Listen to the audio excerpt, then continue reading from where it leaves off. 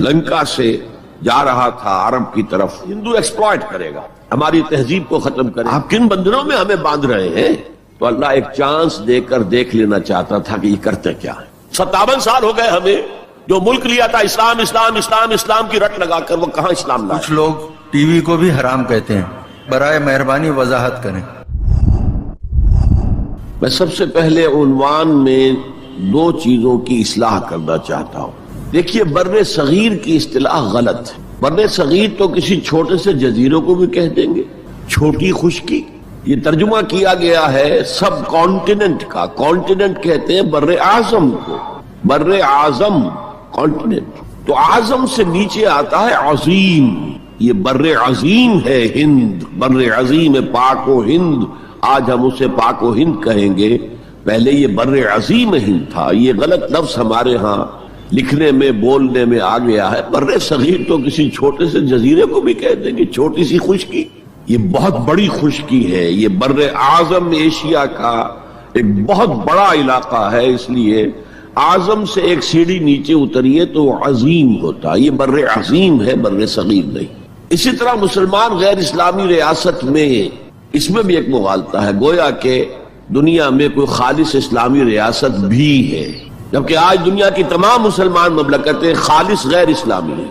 تو گویا کہ بنیادی طور پر کوئی فرق واقع نہیں ہوا. مسلم اکثریت کا ملک ہونا اور بات ہے, اور اسلامی ریاست ہونا اور بات ہے. زمین و آسمان کا فرق. بہرحال ان دونوں موضوعات پر میں کوشش کروں گا کہ اپنے خیالات آپ کے سامنے رکھوں, اور مجھے اندیشہ ہے کہ آپ میں بہت سے حضرات میری بعض آراء سے اتفاق نہیں کریں گے, لیکن میں خلوص و اخلاص کا تقاضا پورا نہیں کروں گا, نہ اپنی ذات سے نہ آپ سے. اگر وہی بات آپ سے نہ کہوں اور آپ کے سامنے نہ رکھوں کہ جو میری حقیقی رائے ہے, تو میں چند باتیں رکھوں گا, قبول کرنا نہ کرنا آپ کا کام ہے. دیکھیے, بر عظیم پاک و ہند کے ضمن میں سب سے پہلے تو 2 بدقسمتیوں کو نوٹ کر لی. پہلی بدقسمتی یہ کہ یہ بر عظیم دور نبوت کی سعادتوں سے محروم رہا. دور نبوت میں یہاں تک دعوت اسلام نہیں پہنچی. اکا دکا کوئی لوگ مسلمان ہوئے ہیں. مالابار کا کوئی راجہ تھا جس نے شق القمر کا معجزہ اپنی آنکھوں سے دیکھا تھا. اسے جب معلوم ہوا کہ یہ تو اصل میں ایک عرب میں پیدا ہونے والے رسول کی انگلی کے اشارے سے ہوا تھا, تو وہ ایمان لے آئے. لیکن یہ آئسولیٹڈ واقعات ہیں. بحیثیت مجموعی بر عظیم پاک و ہند دور نبوت کی برکات سے محروم رہا. پھر یہ کہ دور خلافت راشدہ کی برکات سے بھی محروم رہا. یہاں اسلام کسی قابل ذکر حیثیت میں آیا ہے دور بنی امیہ میں, وہ بھی کسی دعوت و تبلیغ کے مثبت مقصد کے لیے نہیں, بلکہ ایک انتقام اور بدلے کے لیے کہ کچھ مسلمان تاجروں کا ایک بحری قافلہ جو سرندیپ سے لنکا سے جا رہا تھا عرب کی طرف, اسے یہاں کراچی کے قریب اسے یہاں کے سندھی ڈاکوؤں نے لوٹ لی. اس پر مطالبہ آیا اسلامی مسلمان حکومت کی طرف سے. وہ ملوکیت تھی. اب وہ اسلامی حکومت اس معنی میں نہیں رہی تھی جس معنی میں کہ خلافت راشدہ اسلامی حکومت تھی, کہ جو قیدی ہیں تمہارے پاس رہا کرو اور کمپنسیٹ کرو جو بھی نقصان یہاں ان مسلمان تاجروں کا ہوا ہے. جب اس کے جواب میں بالکل منفی رد عمل موصول ہوا تو پھر چڑھائی کا فیصلہ کیا گیا. گویا کہ یہ ایک سزا دینے کی ایک مہم تھی. بہرحال اس وقت جو اسلام یہاں آیا تھا اس کے کریکٹرز اس اسلام سے کچھ مختلف تھے جو بعد میں یہاں آیا. وہ اسلام جو محمد ابن قاسم کی سرکردگی میں سندھ میں آیا اور سندھ سے آگے بڑھ کر ملتان بلکہ موجودہ پاکستان کے تقریباً پورے نصف علاقے تک پہنچ گیا تھا, فٹ ہلز آف کشمیر تک. تو یہ اسلام خالص عربی اسلام تھا. ملوکیت تو آ گئی تھی لیکن بدویت اور عربیت جو ہے اس کی چھاپ اس پر ابھی گہری تھی. اور اس اسلام میں نہ ابھی فرقے تھے, نہ مسلک تھے, نہ حنفی, نہ مالکی, نہ شافعی, نہ حنبلی. نہ عقائد کے بارے میں بحثیں شروع ہوئی تھیں, علم کلام کی بحثیں ہوئی تھی, نہ ابھی یونانی فلسفے اور منطق کا حملہ ہوا تھا.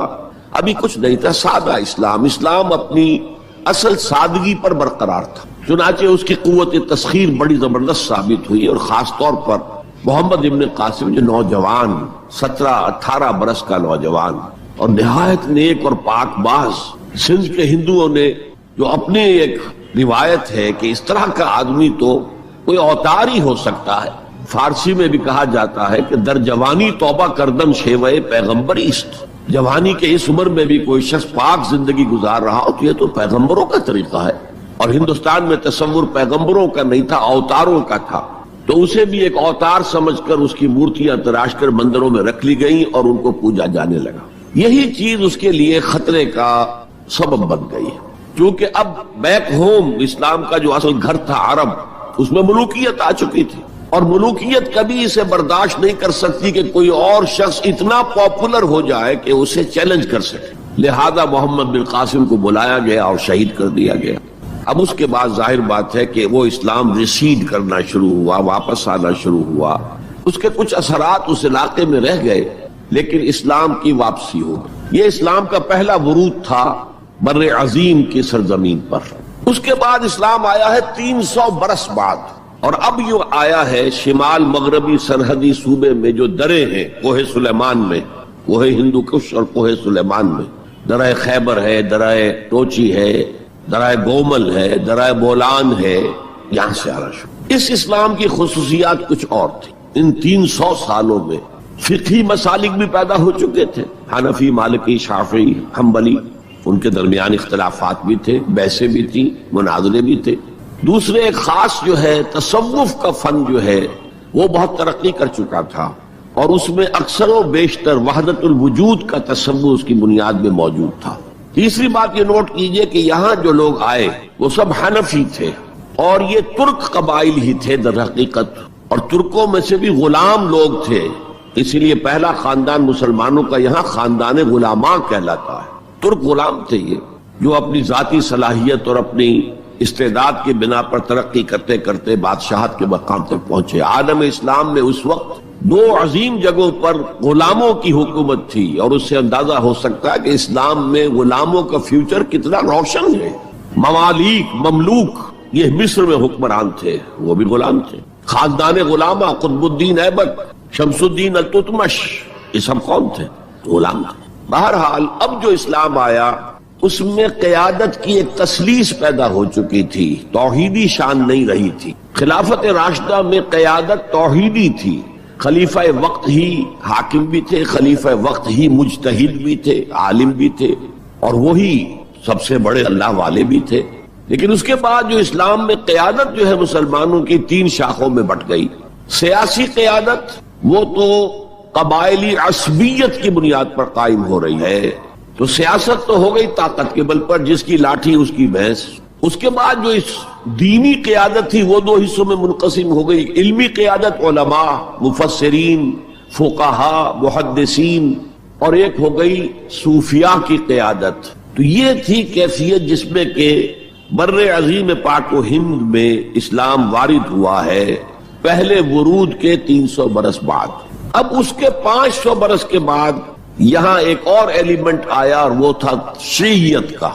آپ کو معلوم ہے کہ سن 1000 عیسوی میں پاکستان کا جو علاقہ اس وقت کا ہے یہ عالم اسلام میں داخل ہو چکا تھا۔ شہاب الدین غوری وغیرہ کی حکومت وہاں تک تو تھی، البتہ دہلی پر 1206 میں تخت دہلی جو ہے مسلمانوں کا 1206 میں شروع ہوا۔ بہرحال اس کے بعد ہم کہہ سکتے ہیں کہ 300 برس بعد یہاں پر یہ شیعیت آئی ہے، داخل ہوئی ہے، ورنہ اس سے پہلے خالص سنی اسلام تھا اور خالص حنفی۔ شیعیت کی وجہ سے جو کچھ بھی بعد میں اسلام کو یہاں پر اس تقسیم کی وجہ سے، شیعہ سنی اختلافات کی وجہ سے جو بہت بڑے بڑے نقصانات اٹھانے پڑے، ان میں سے مثلا 2 کا میں تذکرہ کرنا چاہتا ہوں۔ ڈاکٹر امبیڈکر، انہوں نے فیصلہ کیا تھا میں مسلمان ہو جاؤں، گویا کہ یہاں کے اچھوتوں کا مسئلہ وہ اس طور سے حل کرنا چاہتے تھے کہ ہم ان بلاک مسلمان ہوں، لیکن جب ان کے بارے میں معلوم ہوا تو پھر وہاں پہنچ گئے کچھ لوگ کہ آپ اس مسلک کو اختیار کریں یا اس کو کریں۔ وہ اسی حیث بحث میں پھر انہوں نے فیصلہ کیا کہ میں کوئی بھی نہیں اختیار کرتا، اگر کوئی ایک اسلام ہے ہی نہیں، اب میں ایک کو اختیار کرتا ہوں تو دوسرے سے میری مخاصمت ہو جائے گی، دوسرے کو اختیار کرتا ہوں تو پہلے سے ہو جائے گی۔ اب اگلا دور آیا، ہندوستان میں انگریز آ گئے۔ یہاں موجود بہت سے غیر مسلموں کو شاید میری باتیں اب کچھ ناگوار گزریں، لیکن کچھ حقائق ہیں جو تلخ ہیں لیکن حقائق ہیں، انہیں سمجھنا چاہیے۔ انگریزوں نے یہاں آ کر حکومت چھینی سی مسلمانوں سے بیشتر، ویسے تو یہ کہ ہندو راجے مہاراجا بھی تھے، لیکن بیشتر علاقوں میں تو مسلمان حاکم تھے۔ لہذا انہوں نے مسلمانوں کو دبانا بہت ضروری سمجھا، اس لیے کہ جو سابق حاکم ہو ان میں ایسپیریشنز پیدا ہوتی رہتی ہیں کہ ہم تھے یہاں کے حاکم، کیوں نہ واپس حاصل کریں۔ بغاوت کے ان کے اندر جراثیم مسلسل پروان چڑھتے، مسلمانوں کو دبایا اور ہندوؤں کو اٹھایا۔ کیوں کہ ہندوؤں کے لیے معاملہ صرف چینج آف ماسٹرز کا تھا، کوئی بڑا حادثہ تو نہیں تھا۔ پہلے مسلمانوں کے غلام تھے، اب انگریزوں کے غلام ہو گئے، اور اس اعتبار سے انگریز نے بھی انہیں قریب کیا اور ہندوؤں نے بھی مغربی علوم اور مغربی سائنسز کو پڑھنے میں بڑی سبقت کی۔ بنگال میں انگریز آیا، اور بنگال میں آپ کو معلوم ہے اکثر و بیشتر جو سائنسدان پیدا ہوئے جن کی کہ لکھی ہوئی ٹیکسٹ بکس جو ہے بہت عرصے تک استعمال ہوتی رہی ہندوستان میں، یہ کون تھے؟ چیٹرجی، بینرجی، سب کے سب بنگالی تھے۔ ایک اور بات یہ ہے کہ ہندو اپنے ماضی سے بہت دور آ چکے تھے، ان کا ماضی عظمت والا، آخر اشوک کا دور بہت عظمت کا، چندر گپت موریہ کا دور بہت عظمت کا، وکرماجیت کا دور بہت عظمت کا تھا، لیکن وہ بہت پیچھے جا چکے تھے۔ تقریباً مسلمانوں کی آمد کی وجہ سے 1000 سال کا فصل واقع ہو چکا۔ لہذا تہذیب و تمدن کے لیے بھی، جیسے کہ انہوں نے مسلمانوں کے زمانے میں فارسی پڑھی، فارسی پڑھتے تھے، کوڈ لینگویج فارسی ہے، جیسے کہ پھر بعد میں مسلمان اور ہندو اور سب نے انگریزی پڑھی۔ ملازمتیں ملیں گے تو انگریزی پڑھنے والوں کو ملیں گی، راستہ کیریئرز کا کھلے گا تو انگریزی پڑھنے والوں کا کھلے گا۔ اسی لیے کہاوت تھی ہندوستان میں، پڑھے فارسی اور بیچے تیل، دیکھو رے قسمت کے کھیل۔ اب فارسی پڑھ کے تو اسے کہیں حکومت کے اندر اہلکار ہونا چاہیے، اس کی حیثیت کچھ اور ہونا چاہیے، فارسی پڑھ کے اور تیل بیچنا۔ جبکہ مسلمانوں کا معاملہ یہ تھا کہ ان کی تو ابھی تہذیب اور تمدن، ان کی روایات ابھی تازہ تھی، لہذا جو غیر مسلم تھے یہاں کے، انہوں نے انگریزی علوم، انگریزی سائنس، انگریزی تہذیب، اس کو کھلے دل کے ساتھ خوش آمدید کہا، اور مسلمانوں میں ایک زبردست ڈویژن ہو گیا۔ بلکہ ابتدائی ری ایکشن تو بہت سخت تھا، یک طرفہ تھا، ہم نہ انگریزی پڑھیں گے، ہم نہ انگریزی علوم سیکھیں گے، نہ سائنس پڑھیں گے، ہم تو اپنے کونوں خدروں میں، اگرچہ جو سیلاب آ گیا ہے اس کو روکنے کی طاقت تو ہم میں نہیں ہے، لیکن ہم کونوں میں جا کر بیٹھ جائیں گے، قال اللہ قال الرسول۔ اور انگریزی تہذیب سے اس قدر دوری کہ اگر کوئی میز کرسی پر بیٹھ کر کھانا کھا لے تو کرسٹان ہو گیا۔ یہ تو کسی نے چمچہ استعمال کر لیا کھانے میں، کانٹا تو بہت دور کی بات ہے، چمچہ بھی استعمال کر لیا تو کرسٹان ہو گیا۔ تو اس درجے ری ایکشن تھا علماء کے زیر اثر حلقوں میں، گویا کہ وہ جو گاندھی جی کا فلسفہ تھا نان کوآپریشن، تو مسلمانوں نے انگریزوں کے ساتھ شدید قسم کا naan cooperation from the very beginning شروع کی۔ اس پر سر سید احمد خان نے ان دونوں چیزوں کی مخالفت کی۔ ایک تو انہوں نے انگریزوں کو بتایا کہ دیکھو یہ جو آزادی کی جنگ تھی یہ صرف مسلمانوں کی نہیں تھی، 1857 کی، یہ تو مشترک تھی، تو اس کے اندر کیا سبب ہوا ہے، اس کی وجہ سے آپ مسلمانوں سے بودھ محسوس نہ کریں۔ اور مسلمانوں سے بھی کہا بھائی انگریزی پڑھو، انگریزی علوم حاصل کرو، سائنس پڑھو، سائنٹیفک نالج حاصل کرو، ورنہ تمہاری حیثیت ہندوستان میں کیا رہ جائے گی؟ پلے دار رہ جاؤ گے یا گوشت فروش رہ جاؤ گے، اللہ اللہ خیر صلی اللہ، اور تمہاری کوئی حیثیت نہیں رہے گی۔ تو اس اعتبار سے سر سید احمد خان ایک اہم لینڈ مارک۔ اس کے علاوہ انگریزی دور کا ایک اور جو پہلو بہت اہم ہے، انگریزوں نے ڈیوائڈ اینڈ رول پالیسی کے تحت مسلمانوں اور ہندوؤں کے درمیان مرافرت کو ہوا دی۔ یہ ان کی پالیسی رہی مستقل، یہ ایک قوم کی حیثیت سے سامنے نہ آ جائیں، پھر ظاہر بات ہے کہ ہمارے پاؤں تو اکھڑ جائیں گے یہاں سے۔ تو یہ جو ہمارے ہاں شروع ہوا، کچھ اور فیکٹر بھی تھے۔ ہندوؤں میں ایک انتقامی جذبہ بھی تھا کہ مسلمانوں نے ہم پر حکومت کی ہے 800 برس، 1000 برس، اور ظاہر بات ہے سارے حاکم اچھے تو نہیں تھے، کوئی اچھا بھی تھا، تو اکثر و بیشتر تو عیاش قسم کے لوگ تھے۔ ہم نے محل بنائے، تاج محل بنائے، ہم نے کوئی کام اور تو کیا نہیں۔ دین کی تبلیغ تو اولیاء اللہ نے کیا، صوفیاء نے کی، کبھی بھی سرکاری سطح پر، حکومت کی سطح پر یہاں تبلیغ اسلام کا اہتمام نہیں ہوا۔ ایک دو ایکسیپشنز ہیں، ایک راجہ گجرات کاٹھیا واڑ کے علاقے کا جس نے کہ تبلیغ کا اہتمام کیا، ایک راجہ کشمیر کا تھا جس نے تبلیغ کا اہتمام کیا، باقی حکمرانوں نے کوئی کوشش۔ آزادی سے قبل متصلاً جو کیفیت پیدا ہو گئی تھی، اس کا ایک اہم فیکٹر یہ تھا کہ مسلمانوں میں ہندوؤں کا ایک خوف پیدا ہو گیا، کیونکہ جو نظام اب بن چکا تھا وہ تو یہ تھا کہ ووٹ کی بنیاد پر فیصلے ہوں گے، 1 مین 1 ووٹ۔ اس کے اعتبار سے مسلمان اقلیت میں اور غیر مسلم ہندو یہاں اکثریت میں۔ تو گویا کہ ہمیشہ کے لیے اگر ایک ملک کی حیثیت سے یہ ملک جو ہے تقسیم آزادی حاصل کرتا ہے تو مسلمان غلام ہو جائیں گے، ان کی تہذیب بھی ختم کر دی جائے گی، شدھی کی تحریک شروع ہو چکی تھی، ان کا مذہب بھی تبدیل کرنے کی کوشش کی جائے گی۔ میوات کے علاقے میں بڑی زبردست تحریک اٹھائی گئی تھی شدھی کی، جس کا توڑ کرنے کے لیے مولانا محمد الیاس رحمۃ اللہ علیہ سامنے آئے اور تبلیغی جماعت کا انہوں نے سلسلہ شروع کیا۔ یہ اصل میں میوات کے اندر جو شدھی کی تحریک تھی اس کا جواب تھا، اس سے حفاظت مسلمانوں کی۔ تو اندیشہ یہ تھا کہ ہندو ایکسپلائٹ کرے گا، ہماری تہذیب کو ختم کرے گا، ہماری زبان کو ختم کرے گا، معاشی طور پر ہمیں ایکسپلائٹ کرے گا، مفلوج کرے گا، اور اپنی سی کوشش کرے گا کہ ہمارا مذہب بھی تبدیل کرا دے۔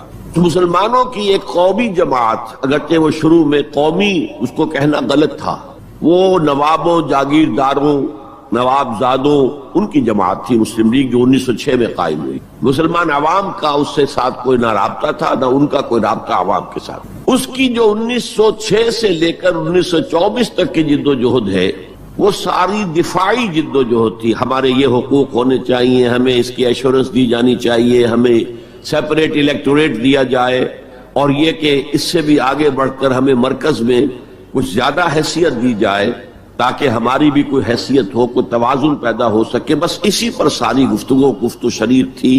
اور اس کے ضمن میں محمد علی جناح جو ہیں وہ تو پروفٹ آف لو قرار دیے گئے تھے، اتحاد کا پیغام بر۔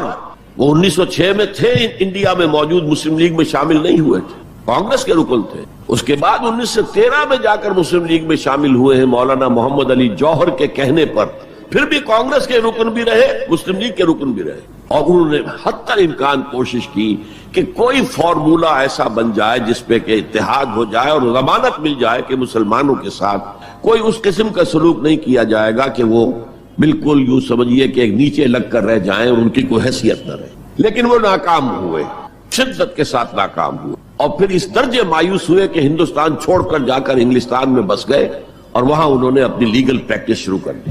ایس ایم اکرام صاحب جو ایک بڑے مصنف ہیں، آب کوثر، موج کوثر، رود کوثر کے جو مصنف ہیں، وہ اہم ترین کتابیں ہیں تین مسلم انڈیا کی، political as well as cultural history, ثقافتی جو معاملہ ہے وہ بھی ساتھ ساتھ ہر دور میں کیا اس کا رنگ رہا ہے، تو اس کو بہت ہی سمجھیے ایک بڑے ماہرانہ انداز میں انہوں نے بہت عمدگی کے ساتھ مرتب کیا ہے۔ وہ اس وقت آکسفورڈ میں پڑھ رہے تھے، طالب علم تھے، نوجوان، وہ ملے محمد علی جناح سے۔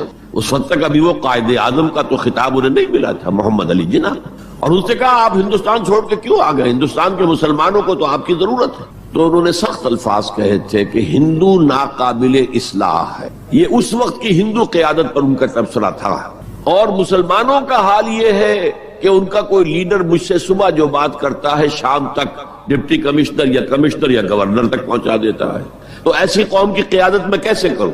لیکن اصل میں ایک ٹرننگ فیکٹر آیا ہے، turning point in the history of Muslim league movement, and that was 1930۔ اس میں جو الہ آباد میں مسلم لیگ کا سیشن ہوا تھا، اس میں خطبہ صدارت دیا تھا علامہ اقبال نے۔ علامہ اقبال اس سے پہلے ہندوستان میں ایک سور پھونک چکے تھے کہ اب اسلام کی نشأت ثانیہ کا دور آنے والا ہے، اسلام جو ہے دوبارہ دنیا کے اندر برسر عروج آئے گا۔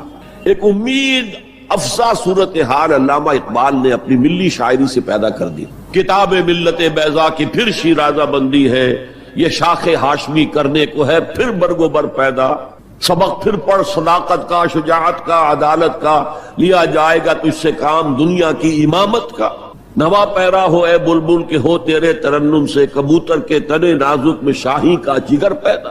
اور ویسٹرن سویلائزیشن کو انہوں نے چیلنج کیا تھا، دیار مغرب کے رہنے والوں خدا کی بستی دکان نہیں ہے، کھرا جسے تم سمجھ رہے ہو وہ اب ذرے کم عیار ہوگا، تمہاری تہذیب اپنے خنجر سے آپ ہی خودکشی کرے گی، جو شاخ نازک پہ آشیانہ بنے گا ناپائیدار ہو۔ کہ یہاں فرسٹ ورلڈ وار کے بعد جو عالم اسلام کی کیفیت ہوئی تھی اس پر کس قدر یاس انگیز، نا امیدی سے بھرا ہوا مرثیہ مولانا حالی نے لکھا تھا۔ قوم کی زبان اس وقت وہ تھی، قومی شاعر جو ہے قوم کی زبان ہوتا ہے۔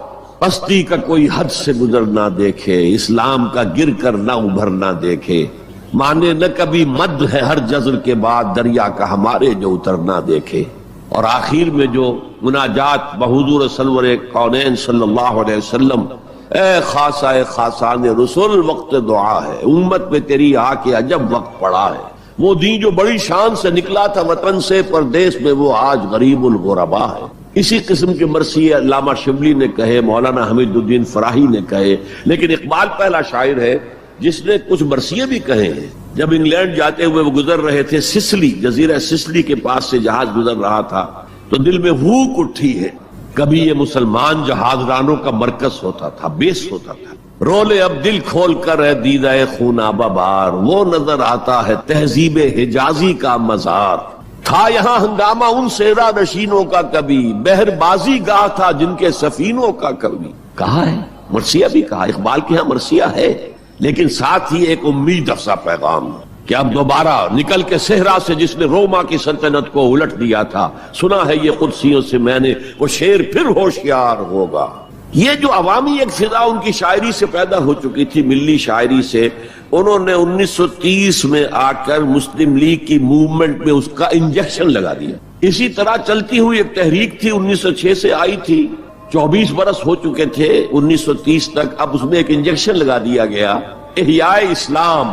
اس خطبے میں علامہ نے ایک طرف مسلم قومیت کو بہت مستحکم کیا دلائل کے ساتھ، عمرانی دلائل، پولیٹیکل سائنس کے جو مستحکم اصول ہیں ان کی بنیاد پر کہ مسلمان ایک علیحدہ قوم ہے۔ اور نمبر 2 انہوں نے کہا، اور یہ ایک پروفیسی تھی، ایک طرح کی مستقبل کے بارے میں ایک پیشن گوئی تھی، تجویز نہیں تھی۔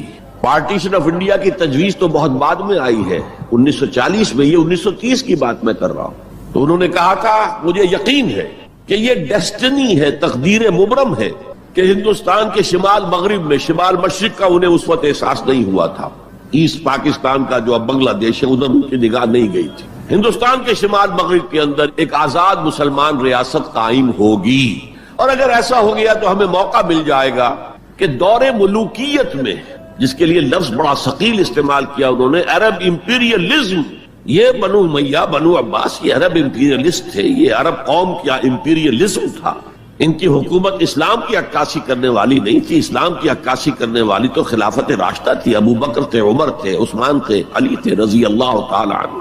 تو دور ملوکیت میں یا دور عرب امپیریلزم میں جو داغ دھبے آ گئے ہیں اسلام کے چہرے پر، انہیں صاف کر کے اور صحیح اسلام کی ایک شکل دنیا کو دکھائیں، یہ انجیکشن ہے پازیٹیو مقصد کا۔ اس وقت تک، اس سے پہلے تک تحریک صرف ایک منفی جذبے پر چل رہی تھی، ہندو کا خوف، ہندو اکثریت کا خوف، ایکسپلائٹیشن کا اندیشہ، لیکن اب اسے ایک مثبت بنیاد مل گئی۔ 1932 میں قائد اعظم گئے انگلستان، لندن، گول میز کانفرنس میں، جناح صاحب اس میں شریک نہیں تھے اس لیے کہ وہ تو ویسے سیاست کا میدان چھوڑ چکے تھے۔ اس موقع پر پھر علامہ اقبال نے ملاقاتیں کی ہیں جناح صاحب سے، اور وہی انجیکشن ان کو بھی لگا اور انہیں پھر آمادہ کیا کہ آئیں واپس ہندوستان، اور اس انجیکشن کے حوالے سے مسلمانوں نے ہند کو منظم کرے اور جمع کرے۔ تو یہ پھر تحریک پاکستان جو ہے، چونکہ مسلمانوں کے جذبات کے ساتھ اس کی ہم آہنگی، معجزہ ہو گیا کہ مسلم مائنورٹی کے پروونسز نے کس طریقے سے یکجا اور یکسو ہو کر اس موومنٹ کو سپورٹ کیا، حالانکہ انہیں معلوم ہے کہ کسی بھی حساب سے ان کے تو پاکستان میں شامل ہونے کا کوئی امکان تھا ہی نہیں، بلکہ تحریک مسلم لیگ اصل میں مائنورٹی پروونس کی تحریک تھی۔ جو صوبے بعد میں پاکستان میں شامل ہوئے ہیں ان میں سرحد میں تو کانگریس کی حکومت تھی ٹل دی لاسٹ ڈیٹ، پنجاب میں یونینسٹ حکومت تھی ٹل دی لاسٹ ڈیٹ، صرف ایک سندھ تھا مغربی پاکستان میں کہ جو وہاں مسلم لیگ کی حکومت تھی۔ ہاں بنگال میں مسلم لیگ کی حکومت تھی، اور بنگال ہی مولد ہے جہاں ولادت ہوئی ہے 1906 میں مسلم لیگ کی، اور طویل ترین عرصے تک مسلم لیگ کی حکومت وہاں رہی۔ اب بھی وہاں پر تحریکیں چلتی رہتی ہیں اینٹی پاکستان، 2 مرتبہ پاکستان نے ایئر فورس بھی استعمال کی ہے وہاں پر، یہ سب کچھ آپ کو معلوم ہے۔ بہرحال اس کے نتیجے میں ملک تقسیم ہو گیا، اور 2 قوموں کے درمیان جو نفرت اس دوران میں پیدا ہو گئی تھی وہ ایک آتش فشاں کی طرح پھٹ پڑی۔ جو کچھ ہوا ہے پارٹیشن کے وقت، میں نے آپ کو بتایا تھا انگریزوں سے آزادی ہم نے حاصل کی، لیکن ہم نے نہ ایک انگریز کو مارا نہ کسی انگریز نے ہم میں سے کسی کو مارا، لیکن جو آپس کی خوریزی ہوئی ہے، تاریخ انسانی کی عظیم ترین ٹرانسفر آف پاپولیشن، کروڑوں انسان ادھر سے ادھر، ادھر سے ادھر ہوئے، اور پھر عظیم خوریزی، بربریت، وحشت۔ معلوم ہوتا کہ نفرت کی کوئی آگ اندر جل رہی تھی، بس اسے موقع چاہیے تھا کہ وہ بھر آئے۔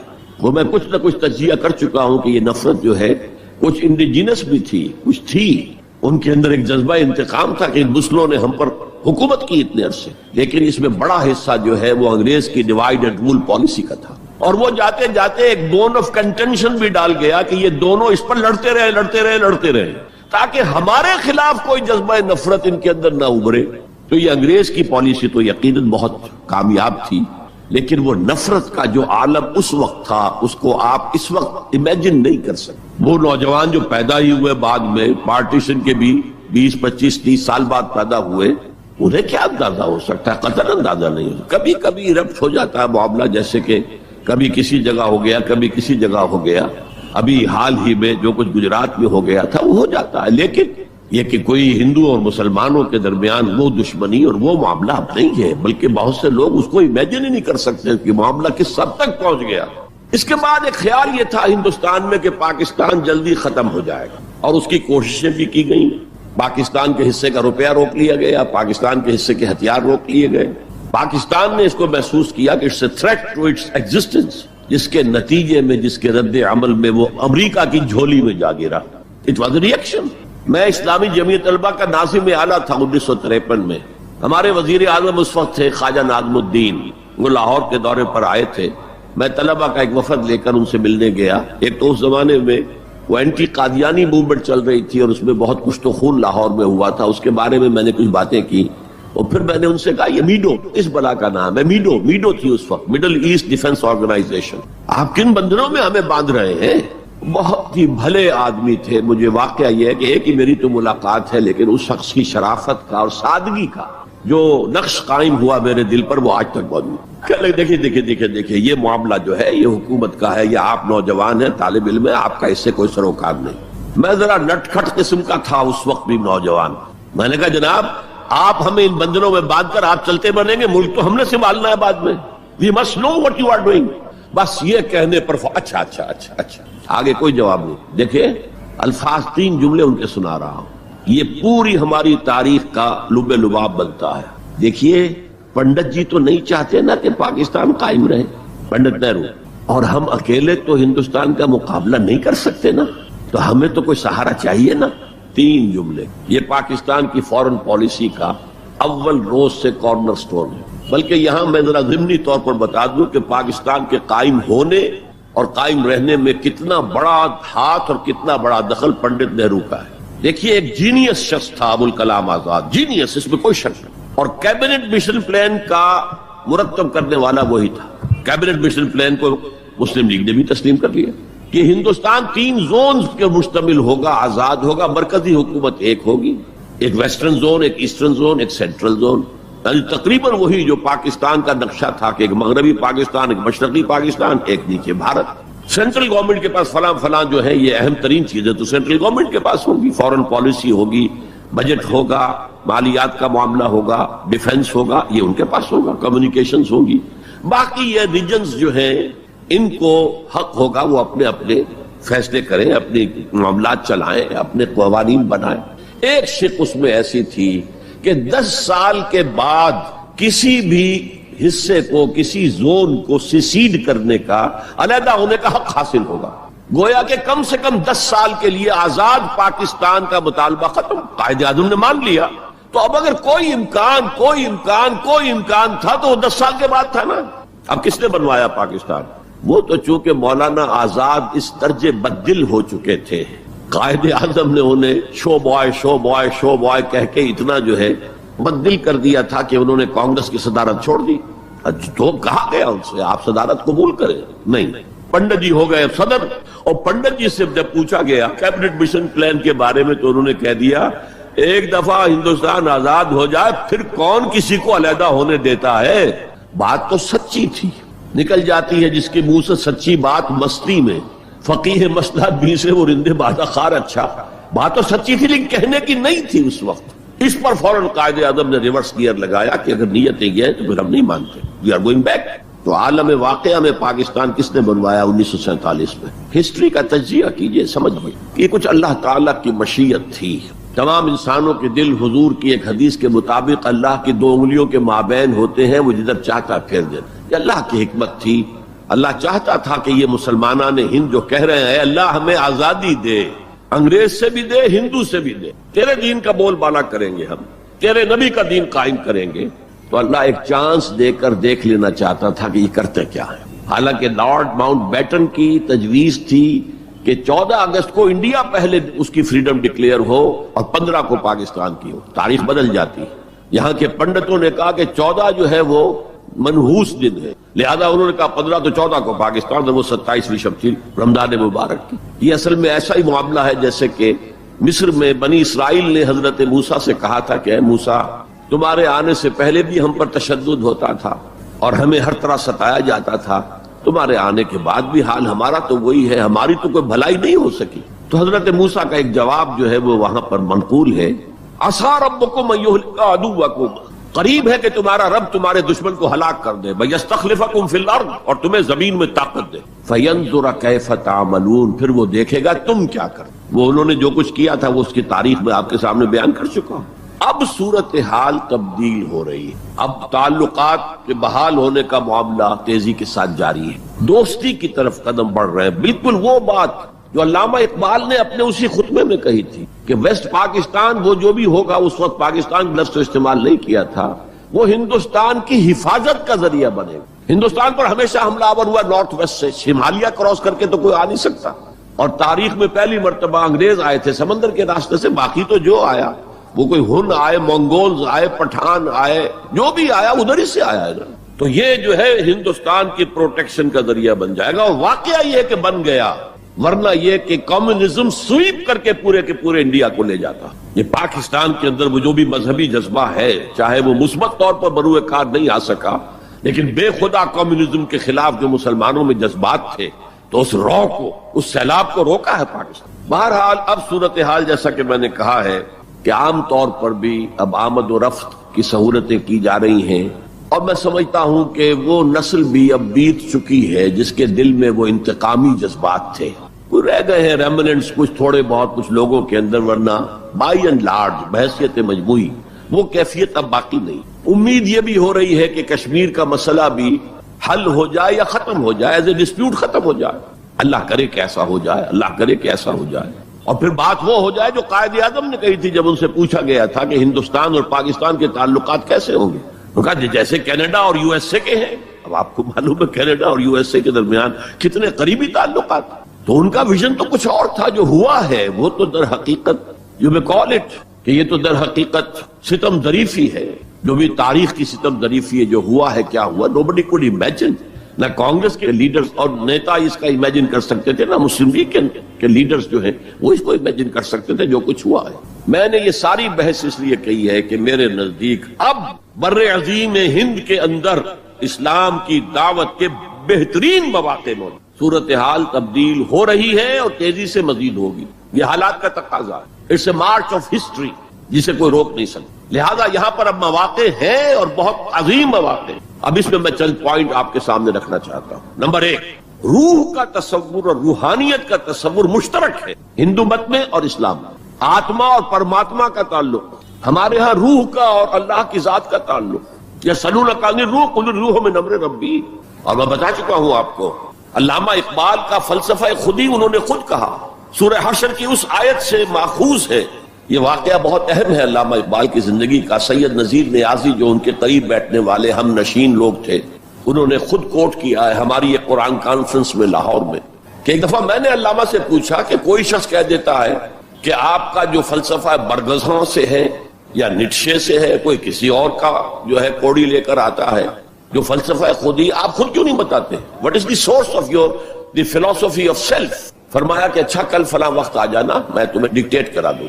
وہ کہتے ہیں میں خوشی سے پھولے نہیں سمایا کہ یہ میری قسمت ہے، شاعر مشرق حکیم الامت مجھے لکھوائیں گے کہ ان کے فلسفہ خودی کی سورس کیا ہے. وقت معین پر میں آ گیا، کاپی پینسل تیار کر کے، اور مجھ سے کہا ذرا قرآن مجید نکال لینا شیلف میں سے. میرے ساری امیدوں پر اوس پڑ گئی کہ مجھے تو خیال تھا ہسٹری آف فلسفی کی کوئی کتاب نکلوائیں گے یا کسی اور فلسفر کی کوئی کتاب نکلوائیں گے.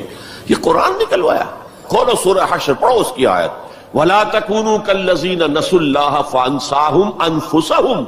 ان لوگوں کے مانند نہ ہو جانا جنہوں نے اللہ کو بھلا دیا تو اللہ نے انہیں اپنے آپ سے غافل کر دیا. یہ کون سا اپنا آپ ہے جس سے انسان غافل ہوتا؟ کیا اپنے جسم کے تقاضوں سے غافل ہوتا؟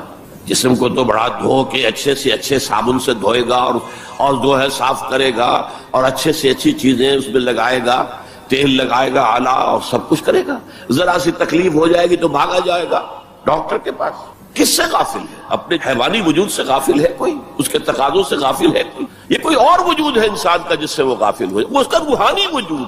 اور یہی میں نے آپ کو بتایا تھا، اپنشد کا یہ جملہ میں پڑھ کر وجد میں آ گیا تھا. یہ بھی ایک اچھی بات ہے آپ کو بتا دوں. ایک زمانے میں جبکہ امریکہ میں نے کہا تھا تھر تھر کانپ رہا تھا، جو سیلاب کمیونزم کا جا رہا تھا، پورے ایسٹرن یورپ کو کھا گیا تھا وہ نظام، اور ان کے پاس توڑ کوئی نہیں تھا. دنیا بھر کے غریبوں کے لیے ایک روشنی کا پیغام تھا، ایک امید کا پیغام تھا. ہیو ناٹس کے لیے ایک بڑی اپیل تھی. کہاں سے کہاں وہ پہنچ چکا تھا، لیٹن امریکہ پہنچ چکا تھا. کوئی انویژن تو نہیں ہوا تھا. It was the invasion of the philosophy, invasion of an ideology, Marxism. تو انگریز جب کانپ رہا تھا امریکہ، تو اس نے ملینز کی تعداد میں قرآن شائع کیا، انگریزی ترجمہ، یہ گلوریس قرآن، مارماڈیوک پکتھال کا ترجمہ، اور مسلمانوں میں تقسیم کیا. بابا تم اپنے قرآن کو پڑھو، دیکھو، اپنے دین کے ساتھ جم کر رہو، بس بے خدا جو ہے یہ نظام، اس کو ترک کرو، چھوڑو. اور ہندوؤں کے لیے گیتا میں نے پڑھی اس وقت، انگریزی ترجمہ. اپنشد کا ایک سلیکشن تھا، وہ میں نے پڑھا. یہ mid 50s کی بات ہے، بلکہ سو ٹو سے اٹ واز ارلی 50s، جبکہ ابھی میں میڈیکل کالج کا اسٹوڈنٹ تھا. میں نے اپنشد پڑھا، گیتا پڑھی. اپنشد کا صرف ایک سلیکشن تھا، گیتا پوری تھی. وہ بھی اسی لیے کہ تم اپنے اپنے مذہب سے چپک جاؤ تاکہ کمیونزم کی طرف تمہارا رجحان نہ ہو. یہ اس کے اس خوف کا مذہب ہے. بہرحال اس کے مقابلے میں روح اور روحانیت، آتما اور پرماتما، یہ تصورات جو ہے ایمبیڈڈ ہیں. آپ اگر وہ جملہ سنیں، میں نے پہلے بھی سنایا ہے اپنشد کا، جو بالکل معلوم ہوتا ہے اس آیت کی ترجمانی ہے. Man in his ignorance identifies himself with the material sheets which encompasses real self. اس کی اصل خودی، اصل انا تو اندر کی ایک حقیقت ہے. اس کے گرد یہ گوشت پوشت کا کور چڑھا دیا گیا ہے. انسان اس کو سمجھتا ہے یہ میں ہوں، یہ میں نہیں ہوں. میں تو وہ خودی ہوں، وہ انا ہوں، وہ ایگو ہوں، وہ آتما ہوں جو اس شریر کے اندر ہے. یہ تصور جس قدر اسٹرانگ ہے ہندو مت کے اندر، انہیرنٹ ہے اسلام میں بھی، اور آج کی دنیا اسی کے خلاف تو جا رہی ہے. The world is world of matter only. What is beyond matter we don't care. Because وہ ہماری جو ہے حواس خمسہ کی گرفت میں آتا ہی نہیں. ہم اس کو کیسے اسٹڈی کریں؟ ہم تو چیزوں کو دیکھتے ہیں، سنتے ہیں، چکھتے ہیں، چھوتے ہیں، سونگھتے ہیں، نتیجے نکالتے ہیں. تو یہ دنیا ورلڈ آف میٹر تو جو ہے ہمارا میدان ہے انکوائری کا، تفتیش کا، تحقیق کا. لیکن یہ کہ وہ ماورائے مادہ، ماورائے طبیعت، میٹا فزکس، اس سے ہمیں کوئی دلچسپی نہیں ہے. خدا یا نہیں ہے، ہوگا. یہ کائنات تو ہے نا، روح کوئی ہے یا نہیں ہے کس نے دیکھی؟ جسم تو ہے نا. آخرت کوئی ہے یا نہیں ہے؟ یہ دنیا تو ہے نا. تو جو ہے، جو واقعہ ہے، جو ریئلزم اسی کا نام ہے، جو ریئل ہے، اس تک اپنی توجہ محدود رکھو. جو مذہب کے ایسنس کے خلاف ہے، اس مذہب میں ہندو مت اور اسلام مشترک، وہ ایسنس آف مذہب، روح اور روحانیت. نمبر 2، ہندو اسکرپچرز کا اگر مطالعہ کیا جائے ان کی اصل زبان میں، اور سملیرٹیز جو ہیں اسلام میں اور ہندوازم میں، ان کو واضح کیا دلائل کے ساتھ، حوالوں کے ساتھ، اور ان کو ہائی لائٹ کیا جائے. اختلافات اگر ہیں وہ بھی ہیں، لیکن سملیرٹیز کیا کیا ہیں. یہ کام میرے علم میں آیا تھا کچھ عرصے سے. مولانا محمد منظور نعمانی جو لکھنؤ والے ہیں، ان کے صاحبزادے کر رہے ہیں، اور مجھے خوشی ہوئی تھی. اب جو کچھ کیا ہے ذاکر نائک صاحب نے، وہ اتفاقی ہے کہ میں ٹیلی ویژن کھولا ہوا تھا، اس میں ان کا پروگرام آیا، میں نے پورا دیکھا ہے. وہ سملیرٹیز بٹوین ہندوازم اینڈ اسلام، اب میں اپریشیٹ کرتا ہوں. یہ کام کرنے کا ہے جو ہم نے نہیں کیا بدقسمتی سے. ہم نے یہاں آ کر یہاں کے لوگوں کے ذہن کو پڑھنے کی کوشش نہیں کی. ہم نے تو ان پر حکومت کی ہے. اللہ خیر صلی اللہ. جب تک آپ کسی قوم کے ذہن کو نہیں سمجھیں گے، ان کی سوچ کیا ہے، ان کی سوچ کا صغرا کبرا کیا ہے، پریمیسز کیا ہے جن پر کہ ان کے عقائد کھڑے ہوئے ہیں، آپ کیسے کمیونیکیٹ کریں گے؟ ہم نے ضرورت ہی محسوس نہیں کی. Why to communicate? ہمارے پاس طاقت ہے، we have brute force and we can govern them, that's all. یہ ہماری مجرمانہ غفلت رہی ہے، یہاں پر مجرمانہ غفلت رہی. میرا بھی ایک واقعہ جو ہے اس ضمن میں بہت ہی سبق آموز ہے. آج سے 13 سال قبل میں ہندوستان جب آیا تھا 1991 میں، تو میں لکھنؤ بھی گیا تھا. وہاں مولانا علی میاں میرے منتظر تھے. پھر انہیں جانا تھا ضروری رائے بریلی، اپنے آبائی شہر. تو میں بھی ان کے ساتھ ان کی گاڑی میں بیٹھ کر گیا. 24 گھنٹے وہاں میں مقیم رہا. اس مسجد میں نماز پڑھی, 4-5 نمازیں پڑھی جہاں سے کہ سید احمد بریلوی رحمت اللہ علیہ نے اپنی ہجرت کا آغاز کیا تھا. وہاں میں نے ان سے ایک بات کہی کہ مولانا دوسرے مدارس جو ہیں بریلوی اور دیوبندی, شاید وہ تو میری اس تجویز پر غور تو دور کی بات ہے, اس کو سننے پر بھی آمادہ نہ ہو. ندوہ نسبتاً کھلے خیال کا, کھلے ذہن کا سمجھا جاتا ہے نمائندہ, تو آپ ندوے میں سنسکرت کی تعلیم کو لازم کریں تاکہ آپ کے طلباء جو نکلیں وہ ویدوں کو پڑھیں ڈائریکٹلی, اپنشد کو پڑھیں ڈائریکٹلی. کہنے لگے ہاں یہ تو آپ نے بہت اچھی بات کہی, بہت صحیح بات ہے, بہت صحیح ہے. لیکن 2 سال کے بعد شکاگو میں ایک کانفرنس میں وہ بھی مدعو تھے, میں بھی مدعو تھا, ہم دونوں ملے. میں نے پوچھا مولانا وہ آپ نے کچھ کیا؟ کہنے لگے میں تو بھول ہی گیا. اس سٹیج پر وہ آ چکے تھے کہ وہ نسیان انہیں ہو گیا, انہیں یاد ہی نہیں رہا کہ مجھ سے انہوں نے وعدہ کیا ہے. لیکن میں نے یہ بات ان سے کہی تھی.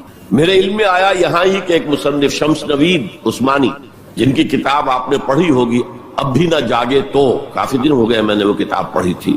اس میں ڈوبائے ایک فرینچ اورینٹلسٹ جو ہے اس کے رائے انہوں نے کوٹ کی, میں حیران رہ گیا. وہ 40 برس تک انڈیا میں مقیم رہ کر اس نے ہندو اسکرپچرز کا مطالعہ کیا. And he came to the conclusion that Manu is actually مہانوح, حضرت نوح علیہ السلام کا منو, مہانوح, اور منو سمرتی جو ہے حضرت نوح علیہ السلام کی شریعت. یہ کرسچن ہے, اس کی تحقیق ہے. اس تحقیق کو اب انہیں ہائی لائٹ کیا جائے, اسے عام کیا جائے, اس کو پہنچایا جائے, تو پھر وہ جو ہے مغایرت کے پردے جو حائل ہیں وہ مغایرت کے پردے کچھ اٹھیں گے, ذہن کچھ کھلیں گے, بات کرنے کا, کمیونیکیشن کا موقع بنے گا. اب آ رہی ہے وہ بات جو میں سمجھتا ہوں کہ آپ کو اچھی نہیں لگے گی. میری رائے یہ ہے کہ کسی بھی صورت میں آپ کو سیکولرزم کی حمایت نہیں کرنی چاہیے. اسلام کی روح سے سیکولرزم کفر ہے, اور وہ اگر واگا کے مغرب میں کفر ہے تو مشرق میں بھی کفر ہے. آپ اس کی پروٹیکشن لینا چاہتے ہیں, اس کی امبریلا کے تحت آنا چاہتے ہیں. یہ آپ کی قومی جو ہے فرار, ورنہ سیکولرزم کس شے کا نام ہے؟ کیا اسلام کسی درجے میں کمپیٹیبل ہے اس کے ساتھ؟ سیکولرزم کا مطلب یہ ہے کہ آپ ایک سرکل بنا لیں, اس سرکل کے اندر ہے پولیٹیکو سوشو اکنامک سسٹم.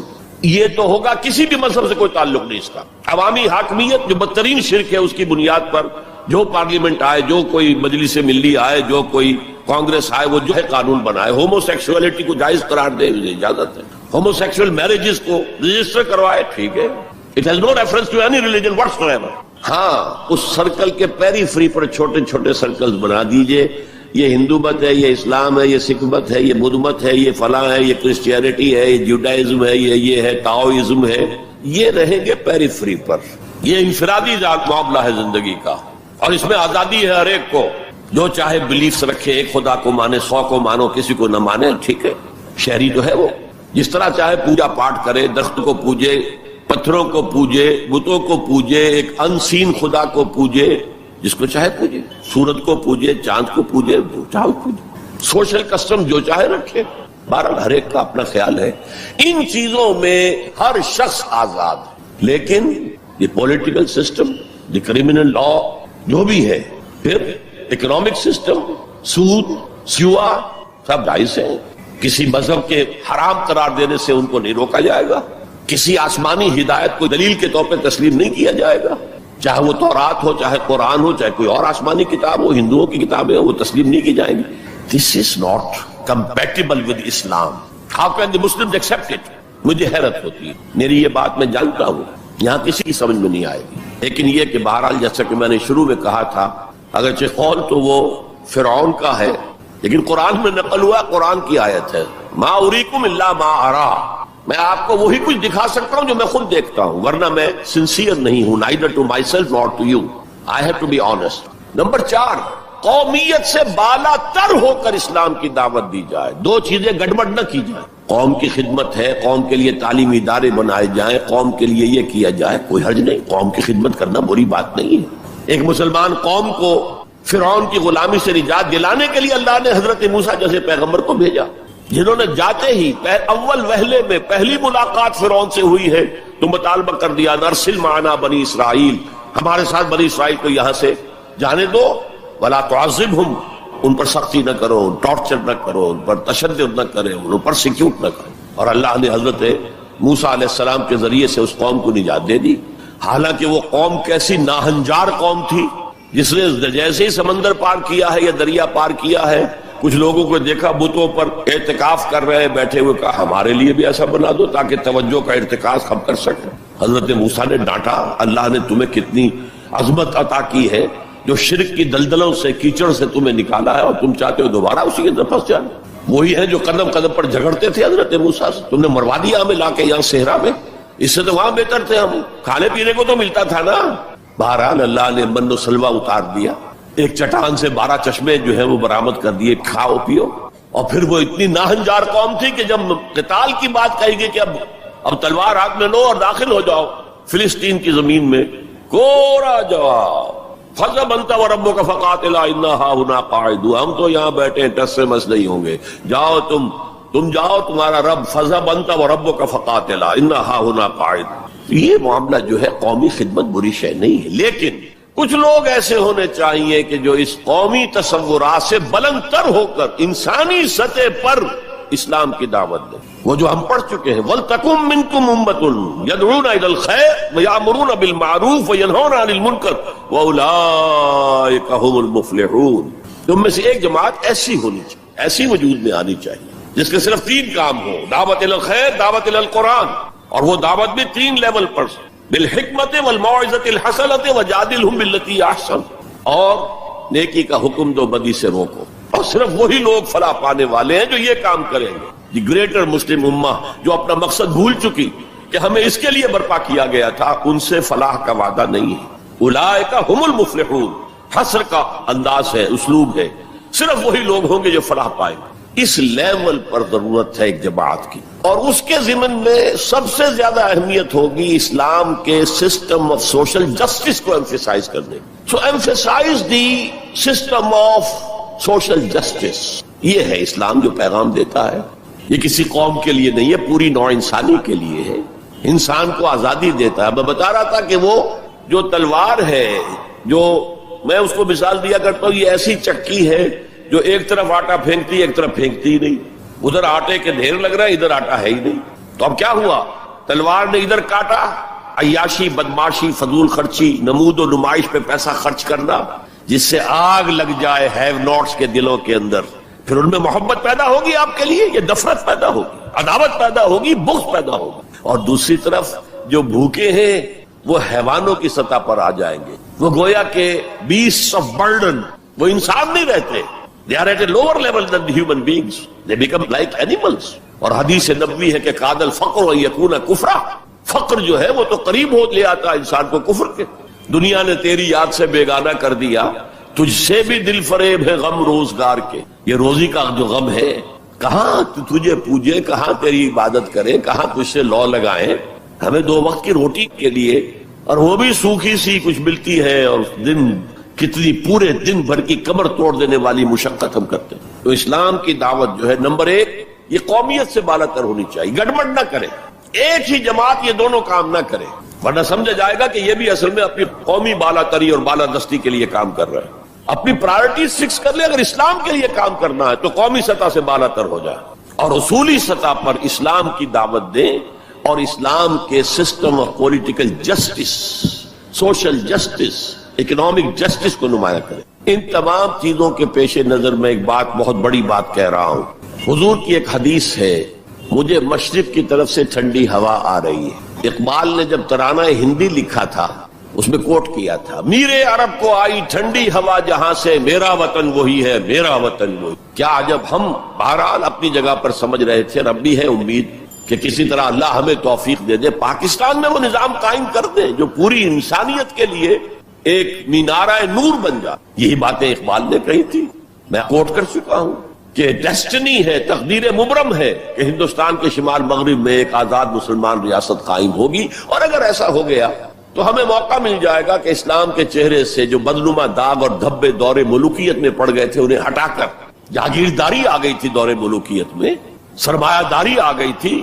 ابلیس کی مجلس شورا میں ابلیس سے کہلوایا ہے اقبال نے، ابلیس کی زبان سے وہ اپنا پیغام دے رہا ہے، جانتا ہوں میں یہ امت حامل قرآن نہیں ہے، وہی سرمایہ داری بندہ مومن کا دین، جانتا ہوں میں کہ مشرق کی اندھیری رات میں بے ید بیضا ہے پیرانے حرم کی آستین۔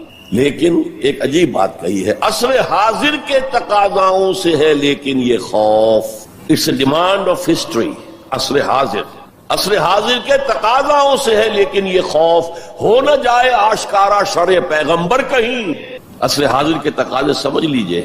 کیپٹلزم کے رد عمل میں کمیونزم پیدا ہوا تھا، اب کمیونزم مر گیا ہے، اب کیپٹلزم بغلیں بجا رہا ہے. ثابت ہو گیا کہ ہمارا نظام liberal secular democracy and capitalism based on free market and interest and every thing, یہ بہترین نظام ہے، اس سے بہتر کوئی نظام نہیں ہے. دیکھ لو وہ مرا پڑا ہوا کمیونزم، اس کی قبر بن گئی ہے. جس پر کہ پھر ہنٹنگٹن نے کہا نہیں میرا بھائی، اسے غلطی لگ رہی ہے فوکویاما کو، ابھی کلیش آف سیویلائزیشنز ہونا ہے، ہوگا. بہرحال یہ جو نوید تھی کہ آئے گی ٹھنڈی ہوا، ایک خیال یہ ہے، اب بھی ہے، شاید حالات جس نہج پر جا رہے ہیں شاید پاکستان اور افغانستان مل کر وہ جگہ بن جائے کہ جہاں پر اسلام کا نظام پورا کا پورا دی پولیٹیکو سوشو اکنامک سسٹم نافذ کر دیا. فیکٹس آن دی گراؤنڈز کے اعتبار سے کوئی آثار نہیں ہے، لیکن there can be some divine, کوئی ایسا شکل پیدا ہو جائے اللہ کی طرف سے. میں اس سے مایوس نہیں ہوں، ابھی بالکل مایوس نہیں. اگرچہ تاحال ہم فیل ہو گئے اس میں، ہم تو وہی نظام جو انگریز چھوڑ کر گیا تھا جو کا تو لے کر جا رہے ہیں. آپ بہت بہتر اس سے رہے اس اعتبار سے کہ آپ نے جاگیرداری کو تو ختم کر دی. ہمارے ہاں تو جاگیردار مسلط ہے، اور جہاں جاگیردار مسلط ہوگا اور 70% آبادی جو ہے وہ دیہی ہے، گاؤں کی ہے، جاگیرداروں کے انگوٹھے تلے ہے، وہاں سیاست کیا ہوگی؟ سیاست جو ہے وہاں پر it's the musical chair game of the jagirdars and lords, اور کچھ بھی نہیں. بہرحال اللہ کرے کہ یہ اس بر عظیم سے، پاکستان بھی آخر اسی بر عظیم کا ایک حصہ تھا، بھارت اسی بر عظیم کا حصہ ہے، بنگلہ دیش اسی بر عظیم کا حصہ ہے. میں وہاں بھی گیا تھا تو میں نے کہا تھا کہ آپ یہاں نظام خلافت قائم کریں. وہاں خلافت اندولن ایک بڑی تحریک بھی اٹھی تھی. حافظ جی حضور کا نام آپ نے سنا ہوگا، بہت بڑے پیر تھے وہاں کے، جنہوں نے ایک موومنٹ شروع کی تھی کہ خلافت کا نظام قائم کیا جائے. لیکن یہ ہے کہ کیا عجب کہ ہندوستان کی قسمت میں ہوئی. شمس نوید عثمانی صاحب نے جو بات کہی ہے وہ قابل غور یقیناً ہے. اگرچہ مجھے پڑھے ہوئے اس کتاب کو بہت دن ہو گئے ہیں، لیکن مجھے امید ہے کہ جو بات میں کہنے چلا ہوں وہ ان کی طرف غلط منسوب نہیں ہوگی، لفظی طور پر کوئی غلطی ہو سکتی ہے. انہوں نے یہ لکھا تھا کہ امت مسلمہ کی قیادت پہلے ملی ہے سامی النسل لوگوں کو. یہ میں آپ کو بتا چکا ہوں. فرسٹ رائز آف دی مسلم امہ، then the first fall of the Muslim ummah, then the second rise of Muslim ummah, then the second fall of Muslim ummah, just as the first rise of Bani Israel, and then the first fall, and then the second rise, and then the second fall. The first rise of the Muslim ummah was under the leadership of the Arabs. Who are these Arabs? Sami, Semitic. اگرچہ Europe میں Semitic کا لفظ استعمال ہوتا ہے یہودیوں کے لیے صرف، وہ بھی سامی ہیں، عرب بھی سامی النسل ہے. جب صلح کرائی تھی اور بغل گیر کروایا تھا کلنٹن نے شاہ حسین کو، اور اس وقت شامیر تھا یا کون تھا جو بھی وزیر تھا اس کا اسرائیل کا، بغل گیر ہو گئے، تو اس نے کہا تھا یو آر کزنس، بھائی تم ایک ہی باپ کے بیٹے ہو نا. یہ عرب اسماعیل کے بیٹے ہیں، ان کی اولاد ہیں، اور جو جیوز ہیں وہ حضرت اسحاق کی اولاد ہیں. حضرت اسحاق کے بیٹے حضرت یعقوب، ان کے 12 بیٹے، ان سے 12 نسلیں، 12 قبیلے جو ہیں بنی اسرائیل کے. تو یو آر کزنس. تو سامی النسل، پہلی قیادت سامی، حضرت سام، یہ بیٹے تھے حضرت نوح کے. Second rise of the Muslim Ummah was under the leadership of the Turks. They are the progeny of Yafis علیہ السلام. انہی کے بیٹوں میں گوگ اور میگوگ کا نام بھی آیا ہے تورات میں، جوج اور ماجوج.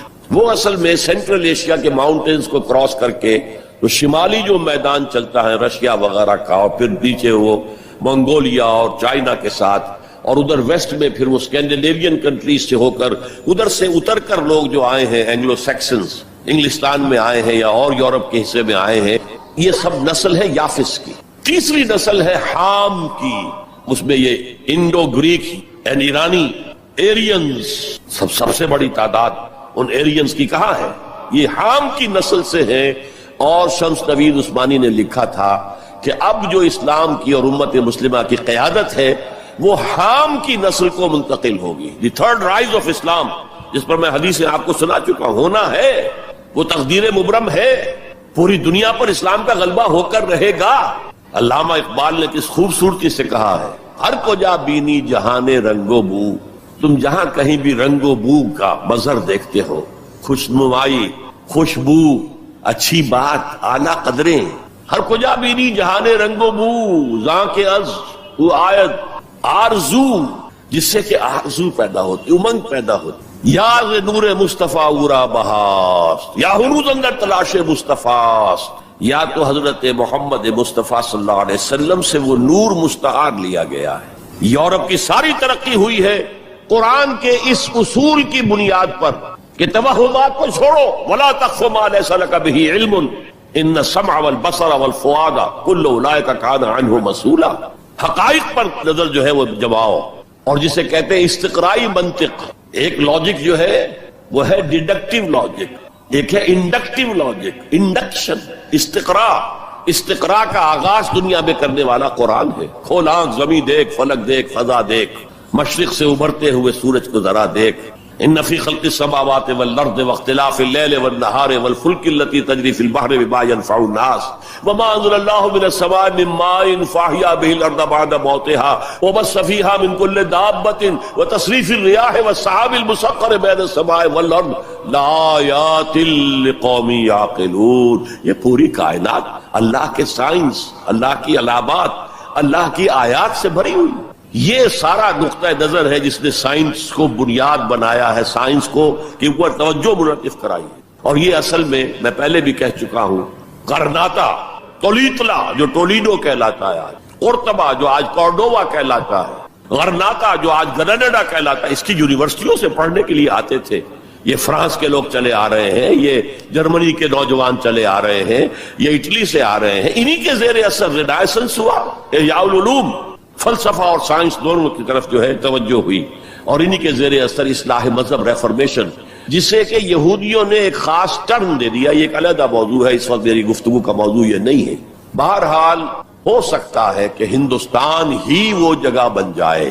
یہ ہے وہ 5 نکات جس کی بنا پر میں کہتا ہوں کہ اس وقت ہندوستان میں، بھارت میں اور بر عظیم پاک و ہند میں اسلام کی دعوت کے امکانات بہت وسیع ہیں۔ ہم فائدہ نہ اٹھائیں یہ ہمارا جرم ہوگا، اللہ کے ہاں ہم اکاؤنٹیبل ہوں گے۔ اب آج کے موضوع کے دوسرے حصے پر آئیے، مسلمان غیر اسلامی ریاست میں۔ میں نے عرض کیا تھا کہ اس عنوان سے شاید یہ گمان ہوتا ہے کہ کوئی ملک، شاید پاکستان کو آپ سمجھ رہے ہیں کہ وہ اسلامی ریاست ہے۔ اسلامی ریاست کا کوئی وجود اس وقت روئے ارضی پر موجود نہیں ہے، لہذا کوئی فرق نہیں ہے۔ اس پہلو سے کوئی فرق واقع نہیں ہوتا۔ مسلمان اکثریت کا ملک، مسلمان اقلیت کا ملک، کیا فرق واقع ہوا؟ کوئی فرق واقع ہے، اس لیے کہ اوپر تو نظام جو ہے وہی طاغوت کا نظام ہے، وہی سیکولر نظام ہے، وہی انٹرسٹ بیسڈ اکانومی کا جو ہے نظام ہے، وہی بے حیائی، بے پردگی اور فحاشی کا نظام ہے جو چلا آ رہا ہے، اور جس کو وہ اب social engineering programme under the United Nations organisation, social engineering, جس کے اصول کیا ہے؟ پروسٹیٹیوشن کو بھی ایک باعزت پیشہ قرار دیا جائے۔ ان کے لیے نام جو ہے کوائن کیا گیا سیکس ورکرز۔ ہومو سیکسولیٹی کو بھی ایک نارمل اورینٹیشن قرار دیا جائے۔ نارمل ہے، نارمل نہیں ہے۔ nobody should object to it۔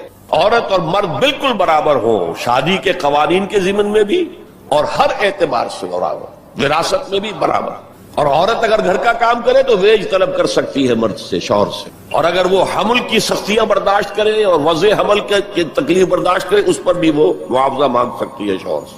اس طرح کی چیزیں، سوشل انجینئرنگ پروگرام، معاشرے کا تیا پانچا ہو گیا ان کے ہاں، فیملی لائف کے ٹکڑے ہو گئے، بکھر گئی فیملی لائف، ہے ہی نہیں، شادی کا بندھن نہیں۔ We are living together, that's all, we are not married. بچے بھی ہو رہے ہیں but we are not married, اس لیے کہ وہ میرج کے قوانین ایسے بنا دیے گئے کہ مرد اس کو گوارا کرنے کو تیار نہیں۔ آپ نے کسی سے میرج کی اور کچھ دنوں کے بعد آپ کی اس کے ساتھ نہیں بنی، طلاق دیں گے، آدھی پوری پراپرٹی، پورا اپنا سرمایہ آدھا دینا پڑے گا۔ کون مرد اس کے لیے تیار ہو؟ خامخواہ کائے کو؟ عورت کو تو مرد کی ضرورت ہے کہ نہیں ہے؟ وہ رہے گی میرے ساتھ۔ We are living together, we are not married. یہ ہے جو اقبال نے بات کہی تھی، وہ 100% پوری ہو چکی ہے۔ تہذیب ختم ہو چکی ہے، تہذیب سنڈاس بن چکی ہے۔ مغربی تہذیب، تمہاری تہذیب اپنے خنجر سے آپ ہی خودکشی کرے گی، جو شاخ نازک پہ آشیانہ بنے گا ناپائیدار ہوگا۔ اب آپ نے سنا ہوگا بش صاحب واز کہتے ہیں شادی کرو، شادی کرو، شادی کرو۔ اب وہاں یہ واز کہنا پڑتا ہے شادی کرو، میرج کے کانٹیکٹ کے اندر بندھو۔ بہرحال اس وقت کا سارا عالم انسانی بشمول عالم اسلامی کے طاغوت کی گرفت میں ہے، اور یہ طاغوت اصل میں دجالیت، دجل فریب کو کہتے ہیں۔ اللہ کی ذات کے اوپر اس کائنات کا پردہ آ گیا ہے، ہم اس کائنات کو پوج رہے ہیں، کائنات کو پڑھ رہے ہیں، سیکھ رہے ہیں، سمجھ رہے ہیں، خدا کو بھول گئے۔ حیات اخروی پر حیات دنیاوی نے پردہ ڈال دیا ہے، دجل۔ اصل زندگی وہ ہے، اسے بھول گئے ہیں اور اس زندگی میں مگن ہے، گم ہے۔ کافر کی یہ پہچان کے آفاق میں گم ہے، اور مومن کی یہ پہچان کے گم اس میں ہے آفاق۔ یہ سارا نظام دجالیت کا نظام ہے، اور پورے عالم اسلام پر یہ حاوی ہے، مسلط ہے، کوئی ایک ملک بھی اس سے بچا ہوا نہیں۔ اس پس منظر میں دیکھیے، اسلام ایک اصولی انقلابی دعوت ہے، بدلو اس نظام کو، بدلو اس نظام کو۔ یہ جتنا کام مشکل پاکستان میں اتنا ہی یہاں ہے، کیا فرق ہے؟ 57 سال ہو گئے ہمیں، جو ملک لیا تھا اسلام اسلام اسلام اسلام کی رٹ لگا کر، وہ کہاں اسلام لایا؟ مسجدیں عالی شان بنا دی ہیں، ٹھیک ہے، لیکن اس کے علاوہ کیا؟ کہاں اسلام؟ کہاں اسلام کا سیاسی نظام؟ کہاں اسلام کا معاشی نظام؟ کہاں اسلام کا معاشرتی نظام؟ مخلوط معاشرہ ہے۔ صدر ضیاء الحق نے جب PIA کو ڈرائی کیا، شراب اس میں سرو کرنی بند کر دی، ورنہ پہلے انٹرنیشنل فلائٹس میں شراب سرو ہو جاتی، لیکن اس نے بند کی۔ میں نے کہا، اور میں اس زمانے میں ان سے کچھ قریب تھا، میں نے کہا آپ نے بڑا اچھا کام کیا، دنیا تو یہی کہے گی کہ دقیانوسی آدمی ہے، یہ کیا کر رہا ہے؟ لیکن میں نے کہا آپ نے ایک چیز جو حرام ہے وہ تو بند کر دی ہے، دوسری چیز یہ ایئر ہاسٹسز جو جاتی ہیں، یہ کون سی شریعت کی روح سے جائز ہے؟ آپ حج پر نہیں جانے دیتے مسلمان عورت کو محرم کے بغیر، حالانکہ عام طور پر ادھیڑ عمر کی عورتیں، بڑی عمر کی عورتیں جاتی ہیں حج کے لیے، محرم کے بغیر نہیں جائے گی، نہ عمرے پر جائے گی۔ اور یہ جوان لڑکیاں جو جا رہی ہیں، ان میں کے ساتھ کون سا محرم ہوتا ہے؟ چپ، خاموش، کوئی جواب نہیں۔ میں نے کہا کیا کھانے اور ناشتے کی ٹرے جو ہے وہ مرد نہیں رکھ سکتے آگے؟ یہ ہے وہ ہمارا طرز عمل۔ اسلام کی کوئی ایک چیز قبول، سر پر، سر آنکھوں پر، اور دوسری چیز جو ہے پاؤں تلے رون دی جائے، جس کی سزا ہمیں مل رہی ہے، الا خزی فی الحیات الدنیا ویوم القیامت یردون الی اشد العذاب۔ تو اب میں نے عرض کیا، کوئی ملک ہو، اقلیت میں مسلمان ہو، اکثریت میں ہو، کوئی فرق واقع نہیں ہوتا، ہر جگہ پر اسلام کو ایک اصولی انقلابی دعوت کی حیثیت سے پیش کیا جائے۔ نمبر 3، اکثریت اقلیت کا مسئلہ تو اس سے حل ہوتا ہے کہ ہمارے لیے اسوہ کامل ہے محمد رسول اللہ کی ذات مبارکہ۔ وہ تو اکیلے تھے جب انہوں نے کام شروع کیا تھا۔ آپ کی اہلیہ حضرت خدیجہ رضی اللہ تعالی عنہ، آپ کے دوست پرانے ابو بکر رضی اللہ تعالی عنہ، آپ کے چچا بھائی جو آپ ہی کے زیر تربیت تھے وہی رہ رہے تھے، چونکہ ان کے والد ابو طالب بہت غریب تھے، لہذا حضور نے انہیں اپنے پاس رکھا ہوا تھا، ان کے اوپر سے بوجھ کم کرنے۔ اور آپ کا وہ بیٹا، منہ بولا بیٹا جو غلام تھا، اسے آزاد کر کے بیٹا بنا لیا۔ یہ 4 تھے، 1+4 5، اور 10 سال کی محنت شاقہ، دن رات کی محنت۔ اور یہ محنت کرنے والا کون؟ محمد صلی اللہ علیہ وسلم، جس کے کردار کے اوپر کہیں کوئی چھینٹ بھی نہیں ہے، داغ دھبا تو بڑی بات ہوتی ہے۔ بمشکل 100-125 آدمی ساتھ آئے تھے، تو آپ اس اسوے پر چلے، آپ کو 100 بھی نہ ملے کوئی پرواہ نہیں۔ کیا جب کس وقت اللہ تعالیٰ دھارے کا رخ موڑ دے، لوگوں کی توجہ ہو جائے، لیکن اصول وہی ہو، دعوت وہی ہو، اور نمبر 3 میتھڈالوجی وہی ہو۔ Don't borrow the methodologies from the movements of this era. جمہوریت کے ذریعے سے کچھ ہو جائے اور کوئی دہشت گردی کے ذریعے سے کہیں اسلام آ جائے، these are not the methodologies of Muhammad صلی اللہ علیہ وسلم۔ الیکشن میں حصہ لینے سے سوال ہی پیدا نہیں ہوتا۔ الیکشنز ہوتے ہیں کسی نظام کو چلانے کے لیے، نہ کہ کسی نظام کو بدلنے کے لیے۔ اگر امریکہ میں کمیونسٹ ہو اور ہیں، اب بھی ہیں، تو کیا وہ الیکشن لڑیں گے؟ وہ تو انقلاب برپا کریں گے، کلاس کانشسنس پیدا کریں گے، ہیوز اور ہیو ناٹس کے درمیان ایک مغایرت پیدا کریں گے، پھر وہ ہیو ناٹس کو آرگنائز کریں گے، اور اگر آرگنائزیشن مضبوط ہو جائے تو سم ہاؤ اور دی ادر، بائی ہک اور by crook, they will change the system. انتخابات کے ذریعے سے سسٹم چینج نہیں ہوتا۔ تو میتھڈالوجی آف محمد صلی اللہ علیہ وسلم، that is the must, we have to follow it. اس میں کس حد تک کامیابی ہو، حضور صلی اللہ علیہ وسلم ایک لائف سپین میں آپ نے سارا کام کر دیا۔ 10 برس میں تو بمشکل 125 آدمی ہاتھ آیا تھا، اور اگلے 10 برس میں ٹوٹل ریولوشن کمپلیٹ ہو گیا۔ آئندہ یہ کبھی نہیں ہو سکے گا۔ May be we have to take generations, 3-4 generation میں جا کر بات پوری ہو، لیکن میتھڈالوجی وہی رہے گی۔ ٹائم فیکٹر جو ہے وہ بڑھ جائے گا، اور یہ عمل یقیناً کافی عرصے سے شروع ہو چکا ہے۔ وہ احساس میں آپ کے سامنے رکھ چکا ہوں۔ وہ احساس اب امت مسلمہ میں بڑے وسیع پیمانے پر ہے کہ اسلام صرف مذہب نہیں، دین ہے۔ دین اپنا غلبہ چاہتا ہے۔ دین تو ہوتا ہی دین تب ہے جب کہ وہ غالب ہو۔ دین مغلوب ہو گیا تو مذہب ہو گیا۔ اس اعتبار سے یہ احساس اب کافی بڑے حلقے کے اندر موجود ہے. البتہ میتھوڈالوجی کے بارے میں امت مسلمہ بھٹک رہی ہے ادھر سے ادھر. اقبال نے جو شعر کہا تھا کہ نشان راہ دکھاتے تھے جو ستاروں کو، ترس گئے ہیں کسی مرد راہ داں کے لیے. اللہ کا شکر ہے، میں اللہ کا شکر ادا کرتے ہوئے کہہ رہا ہوں اور کسی خود ستائی کے جذبے کے بغیر کہہ رہا ہوں، اللہ نے مجھ پر سیرت محمدی صلی اللہ علیہ وسلم کو کھول دیا. جیسے میں نے پرسوں کہا تھا کہ ایک حدیث نے تاریخ کے ایک بہت بڑے صندوق کو میرے لیے کھول دیا. لَيَأْتِيَنَّ عَلَىٰ أُمَّتِي مَا أَتَىٰ عَلَىٰ بَنِي إِسْرَائِيلَ حَسْبَ النَّعْلِ بِالنَّعْلِ. میری امت پر بھی وہ سارے حالات وارد ہو کر رہیں گے جو بنی اسرائیل پہ ہوئے تھے، بالکل ایسے جیسے ایک جوڑے کی دو جوتیاں ایک دوسرے کے مشابہ ہوتی. اسی طرح اللہ تعالیٰ نے سیرت النبی کو مجھ پر کھولا، میں نے اس کا انالیسس کیا، تجزیہ کیا اور اس سے انفر کیا ہے اور چیلنج کرتا ہوں. The process of a true revolution can be deduced, can be inferred only from the seerah of Muhammad صلی اللہ علیہ وسلم. اس کی وجہ کیا ہے؟ تاریخ انسانی کے باقی سارے انقلاب جزوی تھے.